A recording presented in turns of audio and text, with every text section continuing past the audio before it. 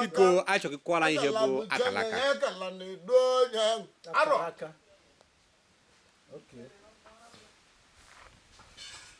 Akalaka bụ eburupụta ụwa ibe mmadụ iji wee bịa ụwa. Imepe aka gị efu akalaka gị, efu akala gị. Mana ịchọbịa ibe ahụ bụ n'aka gị, mana ọ dị far from you. Nya butere ụfọdụ jere olu, ụfọdụ jee Igbo ka ba wee nweta akalaka ba, mana ba bụrụ ya. Ụfọdụ n'ime bụ nwanne anyị ndị nwoke ma ndị nwanyị n'osi obodo oyibo dị iche iche, kọntrị dịgasị iche iche tata n'ebe ba na-acha akalaka ba. Ụfọdụ chọtara, ụfọdụ jesikwelu natakwa n'efu na-achọtara ya.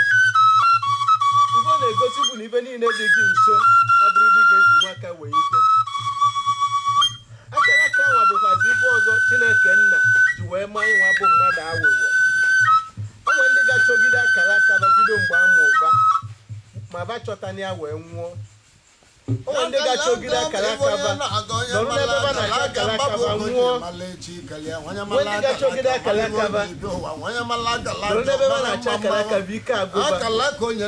Nwee ndị ga-achọgide akalaka ba ruo na nka ma ba chọtana ya. Akalaka bụ ibe mmadụ ji ebi ndụ, ibe ọ ga-abụ inweta na obiọma ezu oge arụ. Nyewa bụ ibe ọ ga-abụ inweta onyere gị aka n'ibi ndụ, ndị anwụle nyewa bụ Anyị ekele gị. Anyị ekelekwa gị ọzọ.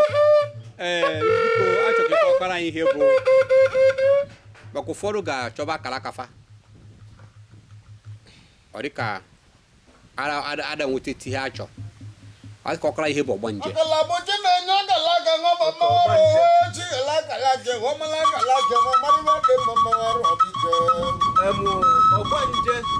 bụ ụdị na-abụ enwere 2 types of ọgbanje. Enwere ọgbanje mmiri, nwa ọgbanje elu ala. Ọgbanje mmiri bụ nke na-eso ndị ọrụ ugbo abịa. Ọrụ ugbo bụ ndị mmiri dịka etu ọnụ aba omenala si wee akpụ ya.